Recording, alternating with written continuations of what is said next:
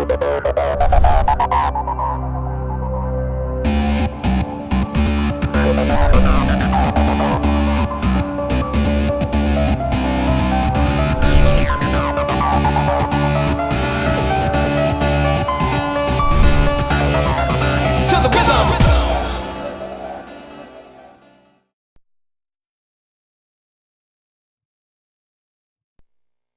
YouTube Nation, what you guys are about to see is this week in the NFL. I'm trying a new thing out with the series. Basically, some of my subscribers wanted to see more gameplay footage, so that's what I'm trying to give you guys by using this formatting. Basically, what's going to happen is I'm breaking down a gameplay that I've gotten here with the Tampa Bay Buccaneers. I'm going to use that as background for the show. Once again, guys, if you guys enjoy the shows or you like the shows in any way, make sure to leave comments. Interact with me about them. I enjoy doing them. Like I said, I would like to see them get a little bit more views, so share those with your partner or your Twitters, or your Facebooks, or your buddies, whatever. Like I said, this is just an intro to the show. I wanted to get you guys kind of in my head here what I was thinking in this gameplay before I actually show you the show. So what I was thinking in this gameplay was I was using the Denver Broncos offensive playbook, and I've been running a lot of more sim, not necessarily sim, I wouldn't call myself a sim player yet, but trying to run more real football, just the philosophy of real football. And, I feel like I've done that a lot anyways, but I'm trying to do it with more patience, more plays, more reads, less over effective plays like tight end streaks or whatever. Been trying to just use more actual passing concepts like shallow cross or Texas or levels or smash or whatever you want to call them. So, that's what I was trying to do in this video. Like I said, once again, guys, if you enjoyed this video in any way, shape, or form, please leave a like rating below. Make sure to listen to the commentary. I talk about some stuff. I talk about the Tampa Bay Buccaneers. I talk about, Hernandez deal. So anyways, guys, that's all I wanted to talk to you about today. This is just a quick intro into the show. Hopefully you guys enjoy, and now I present to you guys This Week in the NFL Offseason News, Part 3. Thanks, guys. What's good, YouTube? Today we're going to be talking about This Week in the NFL Offseason NFL News, and today we're going to be bringing you a nice gameplay in behind that so you guys can just check out the game. You don't have to watch the game. This is mainly a commentary. Like I said, just some stuff about the NFL. Why not some stuff I want to take a look at. And we're also going to be breaking down the Tampa Bay Buccaneers off-season moves, kind of what they've been doing this off-season. And I'm also going to try and see if we have enough time for one other team, but it is going to take a little bit to break down these Buccaneers here. So let me X out of this internet. And then let's get into ESPN. So what has been going on this week in the NFL?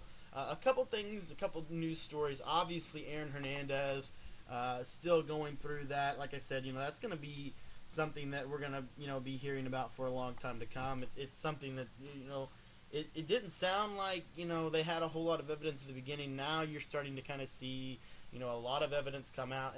But it's still remaining, guys. A lot of the evidence is still speculation, or what he said, she said type of deal. They do have some stuff, but at the same point, a lot of what you hear in situations like these, you don't know how much of it is actually valid, so you need to just be careful with what you're listening. Anyways, I'm going to read you some reports so far that what I've noticed here. So, they found evidence in his secret little Hernandez pad type of deal. I actually want to open that article and take a look at it because it's the top one right now. We also have reports that Hernandez was in a bar fight in college, and that Tim Tebow was actually involved, not necessarily in the fight, but more or less trying to stop it. And then it says court documents indicate the search of Aaron Hernandez. Let me pull that up real quick. And then as far as the bar fight goes, it says that in 2007 in a Gainesville bar, Tebow tried to prevent Hernandez from getting into a fight. So, obviously there's some stuff going on here. A lot of it, like I said, there are reports, there's whatever, but at the same time, let's see, it says Massachusetts police probing the murder case against Aaron Hernandez have reached out to police in Gainesville, Florida in a bid to assess his role in a Florida shooting that left 2 men wounded, a source told. My computer's acting up. So, basically, what we have here is just a bunch of stuff coming out. Urban Meyer, and what I actually read today, some stuff I've heard, is that Urban Meyer basically tried to keep a lot of this on the hush-hush for Hernandez to kind of hurt it. I obviously, not just Urban Meyer's rep goes into account here, not just Aaron Hernandez's rep, but the whole Florida Gator football team, and now, of course, the New England football team, their reputation. Every player that puts on a jersey or is on the team, they affect that team's reputation in terms of, is this team signing thugs? Does this team have good players? Is this a good quality organization? That type of a deal. And when you have someone, especially of Aaron Hernandez's talent, ability, and stature, what occurs in situations like this is that a lot of times, there's tons of athletes who play on big name teams that a lot of the little stuff that they'll do that, kind of would be considered big stuff to like normal people, but in their realm it's not as big of a deal because of the money and all the stuff surrounding it. And so what happens is a lot of that doesn't really get put on public eye. The public eye misses a lot of what really goes on and behind the scenes.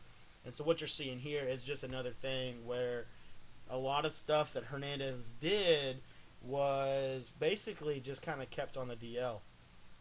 And here, let's just take a look here. It says that the court documents indicate that the search of a secret quote-unquote flop house leased by former New England Patriots tight end Aaron Hernandez has turned up what police say could be key in the evidence in a murder case against him.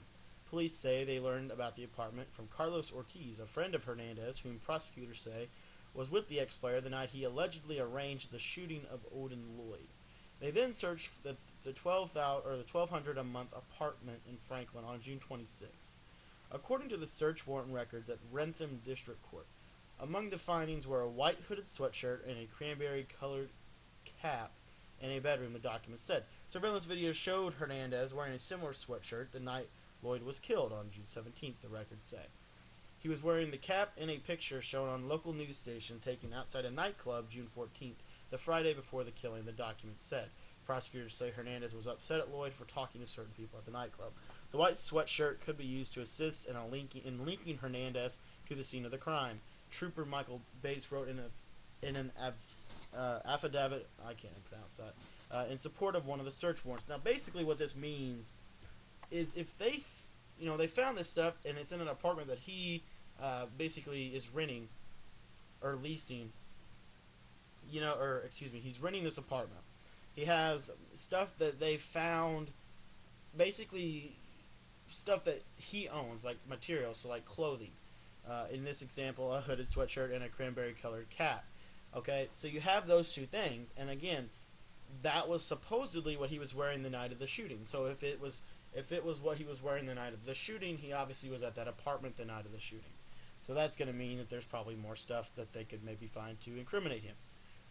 And then we're going to keep going on this. So it says that he was wearing a similar sweatshirt the night Lloyd was killed. So obviously, if he was wearing that sweatshirt, or and of course they don't know if it's the exact one, but if he was wearing the exact sweatshirt, what's going to happen here is you're going to get, okay, well, if he was wearing this the night Lloyd was killed, why was he at this apartment?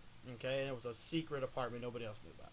Okay, only Hernandez's buddies, I guess, knew about it. So, anyways, like I said, the white sweatshirt could be used to assist in linking the Hernandez to the scene of the crime. Basically, at this point, what they're trying to do is they're trying to get evidence, because you have to have evidence in case. They're basically trying to link him to the scene of the crime. If they link him to the scene of the crime, then a lot of their work is done, and it's pretty much he's going to be it's almost really difficult. Once they get you at the scene of the crime, it's very tough to get out of that. There are certain cases where that has happened that you've gotten off, but once they get you at the scene of the crime, plus the motive. See, that's the weird thing though. The motive doesn't seem like it's a very strong motive. So that's what I'm trying to figure out, is why you can get a warrant for this man, arrest, and basically charge him with these charges, but they don't have a ton of motive. Like, you have evidence, but obviously, you see it all the time. People, frame or whatever. So I don't understand the evidence aspect, or not the evidence, but the motive part of it. Anyway, it says that the baseball hat could help provide the whereabouts of Hernandez on the Friday night before the homicide. So Friday before the homicide. So this is not talking about the murder. This is more about what happened leading up to that. The search also turned up several boxes of ammunition. Now this is what's going to hurt him, including .22, .45, and 7.62 caliber ammunition. Lloyd's body was found in an industrial park near Hernandez's North Attleboro home. Prosecutors say Hernandez, Ortiz, and another man drove there with Lloyd that night, though they haven't said who shot Lloyd. Now, that's the big key here. You know, a lot of this is actually something, and I'm not sure as far as the facts. I hope my facts are right. But the Ray Lewis issue in, I think, 2000 it was, you know, he got off with obstruction of justice, and I think he had, like, some pretty severe probation, and just kind of, it was a tough deal, but he did get off of the murder, because I think he was actually charged with the murder. And the main thing was that Lewis was there the night of the murder. I'm pretty sure I'm right on this. But he didn't actually do it. And I'm not so sure that he wanted to, or, you know, it really had any... I'm pretty sure that Lewis wasn't really the one who had motive or reason to kill or whatever. He was just at the scene of the crime. Okay? And I'm thinking that you know, obviously that could be what happened here with Hernandez. Like I said, I don't see much motive. You know, basically it's saying that Lloyd says stuff about Hernandez, you know. Obviously, if I'm a dude with that much money around me, I'm not going to go out and kill somebody because they hate on me, you know, or because they say something bad. You know, people comment on this video or other videos I post and they'll say something bad. It's not like I'm going to go find them and kill them. So, I'm not quite understanding how strong of a motive that Hernandez would have had here to do this. So that's why I'm questioning whether or not he actually pulled the trigger. Could he have orchestrated it? You know, that's a possibility. Could he have pulled the trigger? That's a possibility. He may have pulled the trigger and not actually been the one who orchestrated. There's all sorts of questions that we're still going to have to see with this. And, you know, the reason I'm going to spend more time on this right now is because, of course, it's what's in the news. And this is kind of one of the bigger things. Now, it continues on here. It says that it's circumstantial evidence. So, and that's what his attorney says. Like I said, you know, they're always going to say stuff like that. But, you know. Okay, so let's see what we got here. It says that the Bristol County Sheriff Thomas Hoxton, meanwhile, reiterated on Wednesday that he won't allow Hernandez to marry his fiancée while he is jailed on his murder charge. As you guys know, that he is actually engaged, and he has, I think, an 8-month-old kid. It says, we're not going to revamp our entire security system, perform a marriage inside our prison. If you want to get married, what you do is you stay out of jail. He told the NFL Network, NFL AM show, adding he's taken away many privileges from inmates such as weights, televisions, incels, and coffee. Huh. That's weird. If you want to get... Let me see that. He's taken... Oh, okay, so it's talking about other inmates. By law, Hernandez's fiancée, Shauna Jenkins, who is also the mother of a... Okay, it was actually a 7-month-old daughter, would not have to testify against the former New England Patriots. Well, shout out to my phone. Got an email. Tied in, if they were married, prosecutors said last week that investigators have been speaking with Jenkins until she received a telephone call from Hernandez telling her to stop talking to authorities. Hernandez is acclimating well to jail and was moved Monday from Med. Oh, that was one thing I did want to say. So he's actually been moved. When he first came in, he was basically isolated so that he didn't have to be around anybody. We didn't talk to him. He was actually called a medical unit. And then... He's been, and like I said, he's been closely watched. He's actually met with the dude that's kind of over the jail several times, and then it said that now what has happened is he's been moved to. It's still kind of a sheltered type of a prison. I call it like the baby type of jail. Like basically they're trying to get you acclimated to the whole process is what I'm assuming, and so he's. Right now he's in a cell by himself, but now he has like 3 hours outside of the cell a day, and it's just a little bit more room for him to kind of get outside of the cell and whatever, get involved with the prison. Let's see what we got here. That's about it for as far as an update for him. As far as that goes, let's talk about the Tebow deal real quick, and then I also want to touch on Urban Meyer. Let me see if I can find that. I had a deal on him I wanted to speak about. Oh, no, that's also another thing. So we're going to have a couple of topics here. Man, the Raiders are actually reported. Wow. The Raiders are... Oh, my goodness. Let me take a look here at my depth chart here for Oakland. Because that is... Basically what's been said here is that the Raiders just paid Jamarcus Russell more money. Cardinals donated $100,000. Sean Payton is going to caddy Ryan Palmer in this week's classic. Hernandez. Okay, so that's what I also wanted to say. Like I said, it's also talking about a shooting. They're trying to link. I mean, I don't understand how much they can link this dude to, um, it, because the amount of just absolute accusations against this dude would just basically change the entire perception of him from the public eye. I don't know how much it would change perception from like inside the closed doors with like coaches and stuff, because they've seen him at his worst. But man, he's been charged with murder of that Lloyd dude. Now he's basically saying that they're basically trying to link him into a shooting in 2007 in Florida. They're trying to link him to another murder. I can't remember where the other one was. I'll have to look it up. But that's like 3 or 4 different charges. Plus they're starting to bring out... Oh, man, that's just ridiculous. That is absolute... Man, Richard Sherman told the NFL Network on Monday that he doesn't have a relationship with Jim Harbaugh and refused to get drawn into a war of words with his former college coach. So that dude, Sherman, man, he's a cocky son of a gun, but man, he is so good. It's ridiculous. Ben Roethlisberger in London Tuesday that he's motivated by the chance to win more Super Bowl rings with Pittsburgh Steelers than the 4 won by Hall of Famer Terry Bradshaw. And then, of course, this is the one thing also. Okay, so that's kind of the overview, the topics. Now let's get back into Hernandez here real quick. So Tim Tebow, your boy Tim Tebow, the golden boy, if you will. Basically what it's saying here is he intervened with Hernandez in a bar fight type of a situation that was occurring in Florida, and that's also another deal on Hernandez's character. This dude's just getting destroyed right now. He's had a tough summer, to say the least. Man, if they get this, man, that's just ridiculous. If they can figure out a way to link that dude to all of this, that dude is, not only is his life over, but his entire name is gonna be scarred to death, man. Because that dude, I mean, if he gets cleared, even his name's gonna take a hit. But man, then you think about like his family, the people he was linked to. They're obviously gonna catch a lot of flack. I mean, it's just a bad deal for him right now. But anyways, as far as the 2007, this is college. And if you guys didn't know, Aaron Hernandez actually went to Florida, played for Urban Meyer, played with Tim Tebow.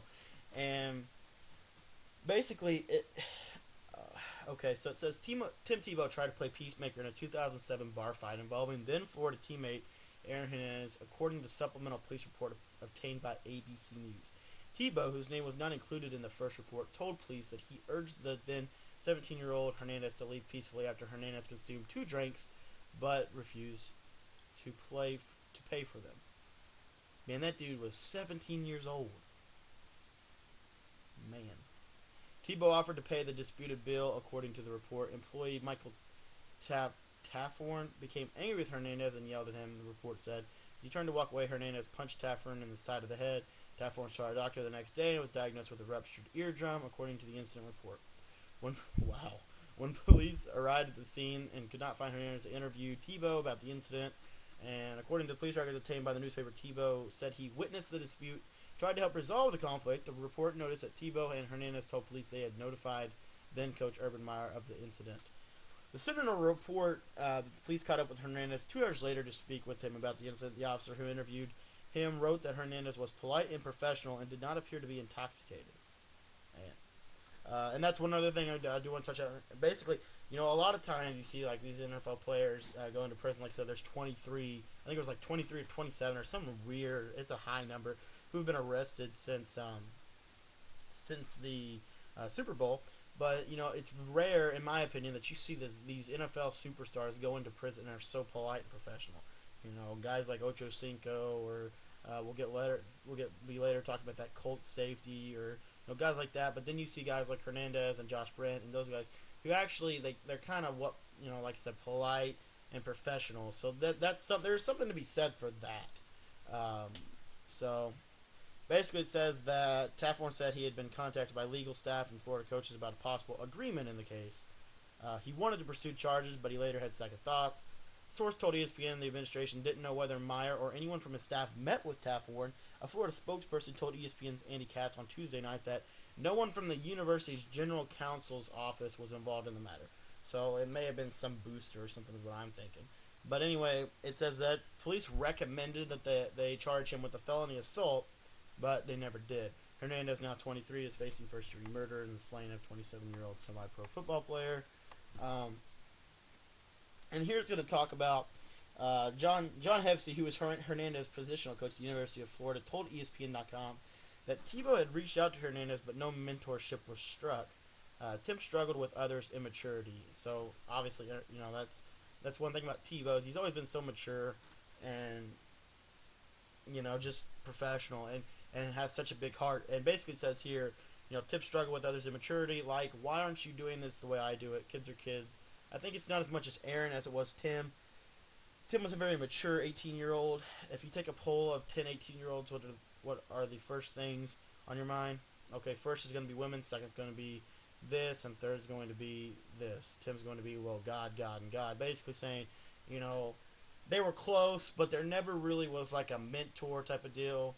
And like I said here, it says, basically at that time, Hernandez was an 18-year-old idiot, and Tim was a 22-year, basically an 18-year-old, but acting more or less like a 22-year-old professional. So, just kind of the glimpse into what Tebow was and Hernandez overall together, and just kind of seeing what the issues were. So that's about it with the Hernandez deal. I wanted to move on into some other stuff. As far as Titus Young, if you guys don't know who Titus Young is, he was a wide receiver for the Detroit Lions, and he was actually a very effective, very good wide receiver. Really quick, really fast, really good for their slot, and I think he got cut from the team. He either got, shout out to my phone again, he either got cut or,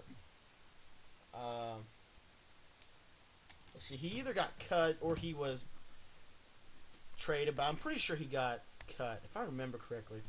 Yeah, so basically it says here, he's had some trouble with the law recently. He's been arrested 3 times in less than a month in May. Is undergoing treatment, and that is the reason he has twice failed to appear for hearings in the 11-count criminal case against him. 11 counts, holy cow. Orange County Superior Court judge then went on record saying to Hudson, I see your client is now behind you, according to the paper, confidential. And then Mansourian said that the reason he gave for Young's absence will be considered confidential and put in a confidential file. Obviously, it's probably because he was doing some sort of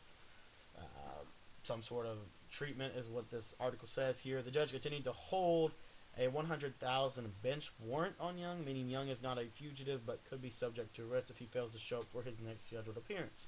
A pre-trial hearing set for August 6th. Young faces up to 10 years in prison on 11 counts of burglary, attempted burglary, and assaulting officers. He also may face prosecution for a DUI charge. Young's lawyer declined to say whether his client is or whether he is in a residential treatment center. The paper reported, according to Detroit Free Presses, Young is still undergoing psychiatric evaluation, and his treatment is related to concussions he suffered while playing football. So, you can kind of see some of this. Obviously, the dude's when you have concussions, you do stuff that's just dumb. As far as like your head, just concussions, and you're never the right person after so many concussions. So depending on how many you had, how much it affected his brain, it could not validate, not like justify, but it could lead to basically just an understanding as to why he did what he's done in the last couple months.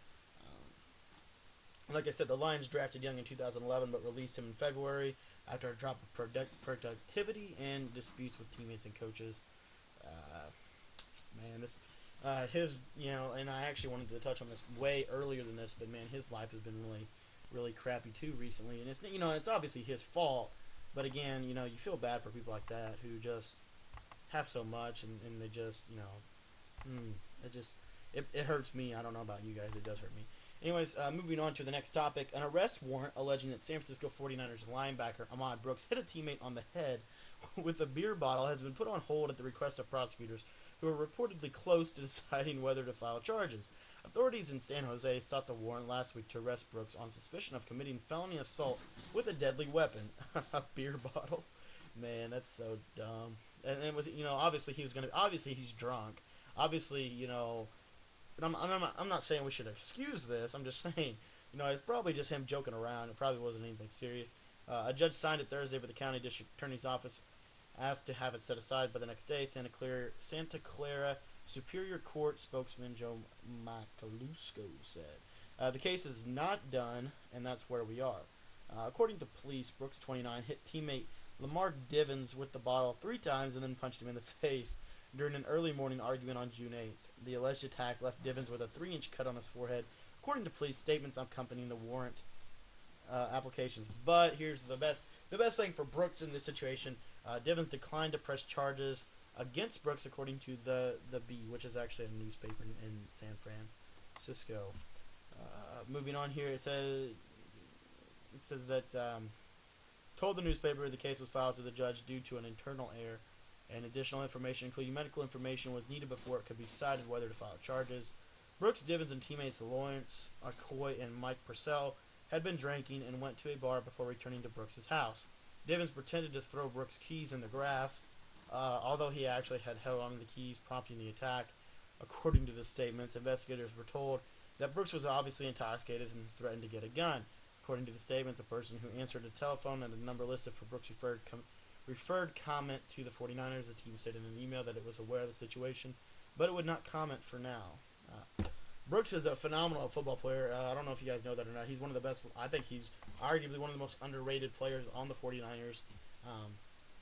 And this is not going to help his cause when he goes. But obviously, this is a classic situation of high-profile NFL players like an Ahmad Brooks, who has had success and has a ton of money, basically just going out and just being stupid. And obviously, that should be all this is. I would not expect much from that as far as like him actually going to prison or whatever. Okay, so moving on to the next topic. This is actually something I wanted to talk about here. The Oakland Raiders reportedly pay Jamarcus Russell another $3 million. So, man, that dude is just making bank. And also, if you guys don't know, Jamarcus Russell has actually been, from a documentary I saw about him, they were talking about how big of a flop he was, and how the physical game in college doesn't always translate to the NFL game, and yada yada yada. And one of the things that Jamarcus Russell has actually impressed me a lot was I was just an immature kid when I went into the NFL. I just made a bunch of stupid mistakes, and I want to rectify that. I want to make it right. And so I think he's actually last time I heard he was actually training, trying to get back in shape, trying to maybe come back to the NFL. And that would be awesome. I'd love to see him. He was one of my favorite quarterbacks in college when he played for LSU, and just a phenomenal athlete. I'd love to see him get a shot at the NFL. He's obviously gained a ton of weight since he's not been actually active, but man, I'd love to see him get a shot. I think it'd be a good thing. I think it'd be a good thing for the sport. So we'll just see where we're at with that. Let's see what we got here. I can't pull up the freaking article yet. Okay, so here we go. And we have, let's see how much time we got left in the video. We got about 15 minutes, so we got to run through these articles real quick and then get to the Tampa Bay Buccaneers. I actually may make this a little longer and put another video up, a short game, only went to like half or something. But anyway, also guys, real quick about the gameplay, I just wanted to touch on. I'm actually running the Denver offensive playbook, and I really want to run this with Peyton Manning, but I don't know. I don't think the Broncos. I don't know. I feel like the Bucs suit the offense better, but I don't know. It's just what I've been working on recently. Just some easy stuff, easy to run stuff. Anyway, former Oakland Raiders quarterback Jamarcus Russell reportedly is still costing his former team money. The San Francisco Chronicle, citing league sources, reported Tuesday the Raiders are paying Russell nearly $3 million to settle a dispute over his rookie contract. Russell signed a 6-year, $68 million deal. He was paid $36.4 million during his time with the Raiders and was still owed $3 million when he was released in 2010. After 3 lackluster seasons, Oakland filed a grievance against Russell seeking to recoup $9.55 million in salary advances, while the quarterback countered with a grievance of his own, saying he was still owed $9 million. Russell hasn't played a down of football in the NFL since 2009 and won just 7 of 25 starts during his career at Oakland. He completed 52% of his passes, 18 for touchdowns, 23 picks, and a passer rating of 65.2. Like I said, he is attempting a return to the NFL. Had a chat with the Chicago Bears last month in which he demonstrated that he had significantly improved his conditioning level, that he had lost nearly 50 pounds.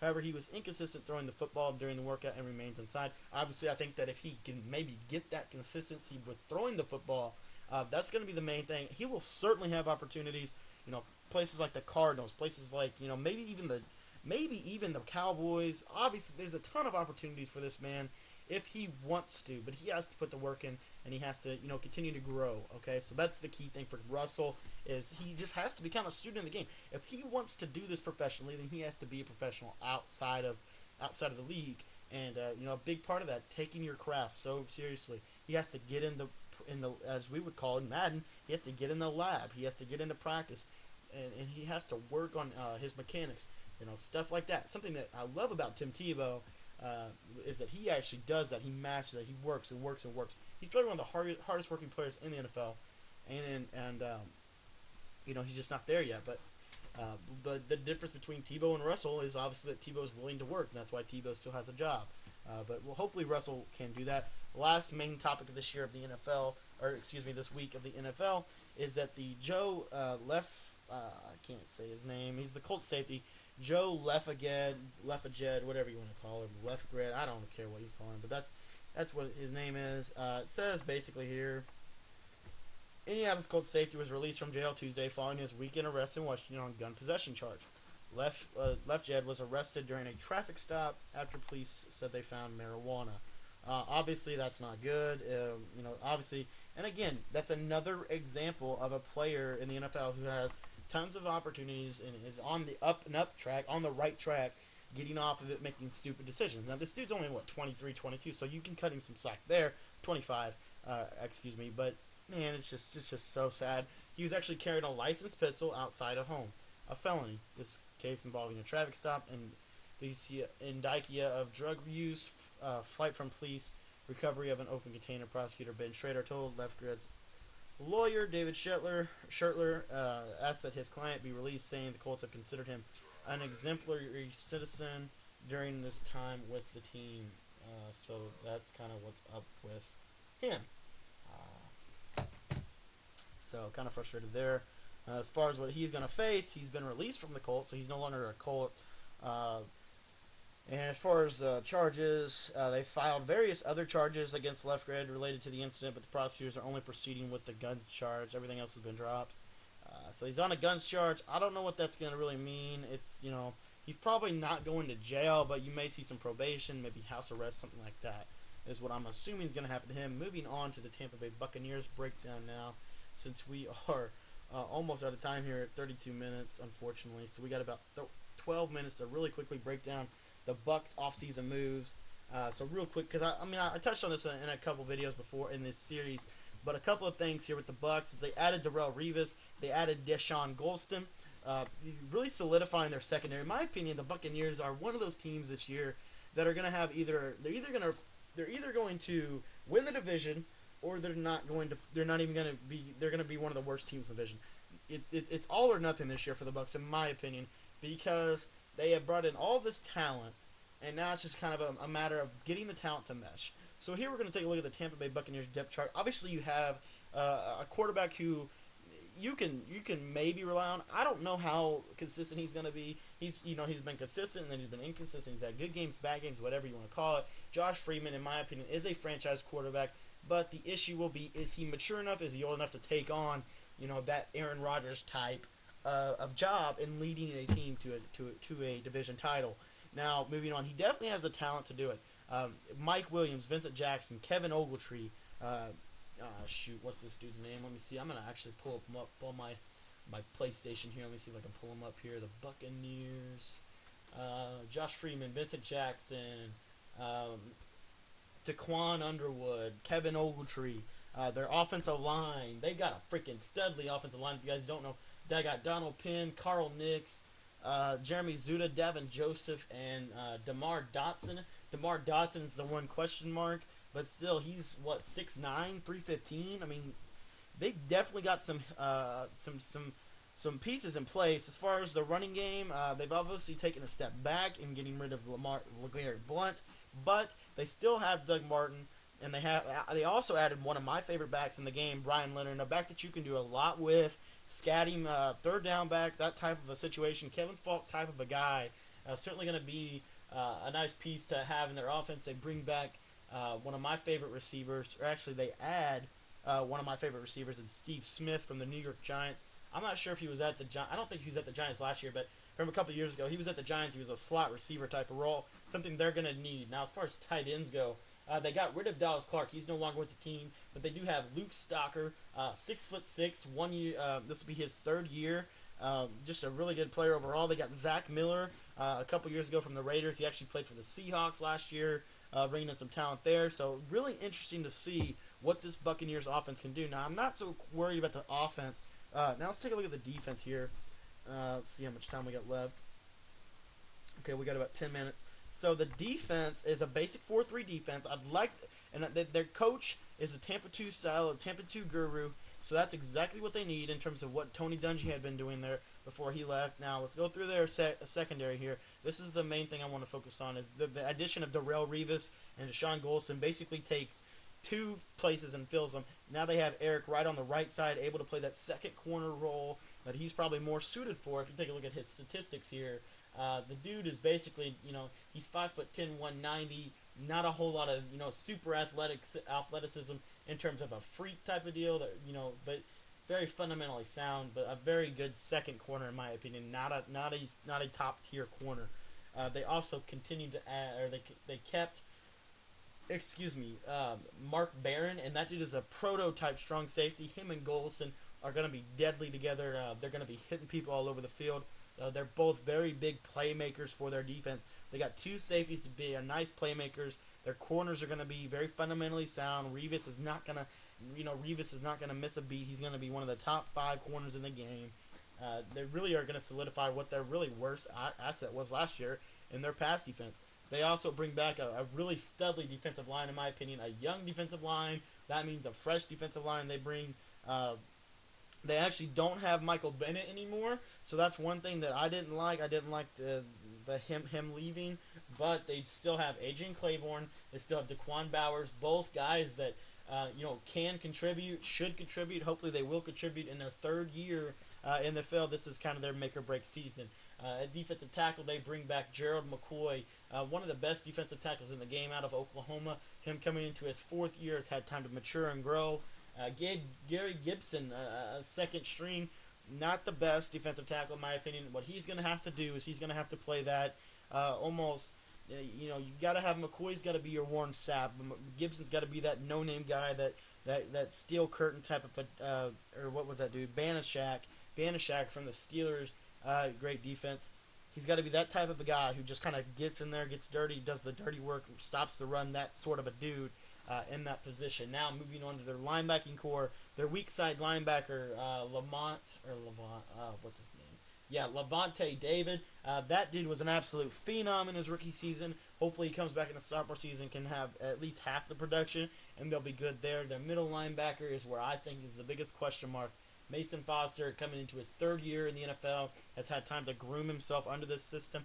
Can he start to contribute on a higher level is what they're definitely going to need. If they are looking to make any playoff run, they've got to have him playing well. As far as their left outside their strong side linebacker, they bring let me think. I think it's Junior. Is it Junior? Jonathan Casillas. I think he was actually with the Saints last year. This guy is a athlete, but that's about it. He's an athlete. They basically have very athletic linebackers. Now the question becomes, can these linebackers execute against the run? How can they, they last year, as far as their statistics, let's take a look at their team statistics here. Let me pull up their stats. But as far as a team last year, I think they were one of the worst teams in terms of pass defense. But they were also one of the better teams in run D, from what I remember. But I'm not sure. Let me double check that to make sure I'm correct. But these linebackers, they get younger, they get faster with the addition of Casillas and bringing back those other 2 linebackers. So you're gonna see, and Levante David actually led them in tackles. That dude had 112 tackles last year, so very effective. Without Rondé Barber, though, I like him in the secondary at a safety position. So that's one thing I like his leadership. So I would like to see him come back. As far as defensive stats, let me see if I can get the team stats here. Let's see. Oh, excuse me. Defensive stats here, basically, it doesn't have their rankings though. I gotta get to their rankings. I'm in their team stats. I gotta go to the ranking. That's the problem. Let me go to their clubhouse. But man, they have potential this season. I don't know how effective they're gonna be because they gotta bring it all together. They gotta mesh. They gotta be, like I said. They were actually, if you take a look here, and this is what I'm saying, they were 32nd in the NFL in opponent passing yards. So they were the worst. And with the addition of these fast linebackers, the addition of these phenomenal corners, I mean, you bring in Revis and Golson, two of the top, I'd say top 5 players at each position. You got 2 top 5 corners or secondary players. You still keep Barron, Barron's a very serviceable strong safety, and Wright's a very serviceable second string corner. So I mean, they got a shot at really doing some damage, because if you also look at that, you're also going to see that they were first in run defense. So, I mean, these fast linebackers are obviously something. I thought that a linebacker would need more strength for that team to be, more of a beefy linebacker to be really, really good against the run. Obviously, you have to take into account they were so bad against the pass, the teams didn't have to run. But very, very good against the run. Obviously, an average offense, being 10th overall in passing, 15th overall in rushing. Very good. We're taking a look at their schedule here. They have, really, as far as strength of schedule, the really tough teams they're going to have to play, they're going to have to go to New England. We always know that's going to be a tough game. Atlanta, they're going to have to play them twice. Seattle, they're going to have to play them at Seattle, so we know that's basically a loss. I mean, you can already chalk that up. They got to go to Detroit, and then they got to play San Francisco. I'm thinking 11-5, 10-6 type of a season for these guys.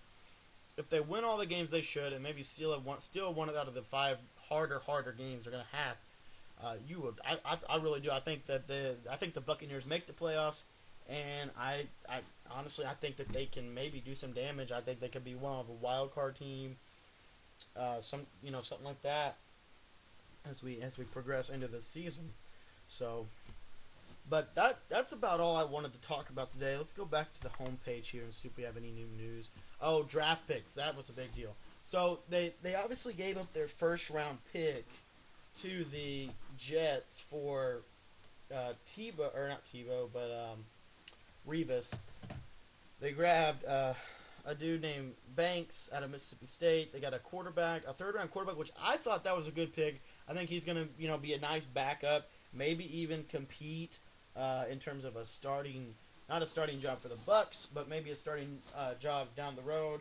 They grabbed a defensive tackle. Once again, I think that's going to be a big battle for that second defensive tackle position. I think that's going to be huge to see what we're going to have with that. Obviously, with the Saints coming back this year, with Peyton coming back, with some new additions to the New Orleans Saints roster, you're going to certainly see a better NFC South. Obviously, last year Atlanta kind of ran away with it with 3 7-9 teams, the Tampa Bay being the worst, and then New Orleans and then Carolina. I think you will certainly see a revamped NFC South. I really do. I think Carolina's certainly got a chance. I think New Orleans has a chance. I think Tampa Bay I think every team in the NFC South has a legitimate shot at winning this division. It's going to come down to who beats who on the road. It's going to come down to road victories. Can you win on the road? Obviously, I think that with Tampa Bay being, a team that's kind of played, they've all kind of played together for a long time now, 2-3 years, bringing in Revis Golson, 2 very veteran players. I think you're going to see a lot of good things from Tampa Bay this year. Their players have gone under a system, and it's been a very nice thing. What Tampa Bay has been doing, and a lot of people have not been taking notice. They got a good quarterback with a cannon. They got 2 receivers who are just absolutely freaking freaks athletically. They got Doug Martin, who's a very good running back, a very, very good offensive line, and then their defense has played together for 2-3 years. I mean, if you look at the roster, the majority of their defense came in. I mean, they built through the draft defensively. They got David, they got Bowers, they got Claiborne, they got McCoy. All those players, they got those through the draft. Barron, Wright, even every one of those players, young, got through the draft. So I think you're going to see a very good Tampa Bay Buccaneers team as far as that. But we're going to break down as far as next week's show. We're going to take a look into the Philadelphia Eagles outlook on 2013 or 2013-2014 season here. So hopefully you guys will enjoy that breakdown. I'm actually going to go ahead and we have about 3 minutes left, so I do want to touch on one other thing before we get out of here, and that is the Tebow trade. I haven't gotten my entire chance to put my spin on this. Tebow trade, basically not the trade, but the signing or whatever. Tebow to the Pats, basically is what I'm saying. So Tebow to the Pats is obviously in large part due to Josh McDaniels being the offensive coordinator for the New England Patriots. Josh McDaniels actually drafted Tebow at Denver, and man, oh man, I feel like Josh McDaniels should have got more of a shot as a head coach in the game. He actually went 6-0, and then just kind of fell off at the end. A lot of the the rah type of deal, I guess, maybe, I don't know, maybe the motivation wore off, but for whatever reason he lost his last I think he lost his last 10 or something. Ended up getting fired his first year. Not really a good shot, which is one of the things I don't like. I don't really like the Denver Broncos organization at this point. I don't like the management. I don't like Elway. I don't like Fox. I don't like any of those guys right now. That's just the way I feel. I don't think they're doing what they think is best for the team long term. I think they always are going to be doing what they think is best for the team right now. So I'm glad Tebow got out of Denver. I'm not glad that he went to New York. Him going to New England is going to give him a chance to revamp his career under Josh McDaniels, grow under Tom Brady. No drama, no worries for anything like that. So that's going to be nice for him to have. Now, moving on here, just real quick, I want to touch on some things. If you guys enjoyed this video, make sure to leave a like rating below. This is something I enjoy doing. I enjoy giving you videos, giving you content. And if you guys enjoy hearing what I have to say about sports, whatever, make sure to leave a like rating below. As far as your comment section, I want to know what you guys think about the Tampa Bay Buccaneers for 2013 to 2014. And I also want to ask you, what do you think about Hernandez's deal? Do you think it's shady? Do you think there's a lot of stuff we need to still figure out? Or have you already decided he's guilty? What do you think about him as overall, and as far as what the case and what the future holds for him? Lastly, guys, the ebooks as well as the the guides and stuff like that will be coming soon. Like I said, NCAA 14 ebook. If you're subscribed, you will get it sent to you automatically through YouTube. I will send it to you. It's actually I'm working hard on it. And I haven't decided yet if it's actually just going to be a PDF file or if it's going to be an actual ebook where you can go in and it's really very professionally designed. I'm not sure. It's going to depend on how much time it's going to take between now and July 9th. Obviously, I have all the writing already done. Just got to make sure the plays work in the actual game. Once the early release comes out, then after that, it's all about putting the ebook together, putting the finishing touch on it. So if you want that, be sure to go ahead and hit that subscribe button. Other than that, guys, that's all we got for you. Thanks for watching today's video. I hope you guys really enjoyed it. I put a lot of time into these videos, and once again, like I said, make sure to leave a like rating below. Make sure to comment about the Tebow and the Tebow trade, the Buccaneers, all the topics I discussed today. Outside of that, guys, we got about 3 minutes left in this gameplay. I hope you guys have enjoyed that as much as I have had playing it. Other than that, guys, like I said, thanks for watching. See you guys later. Thanks, guys.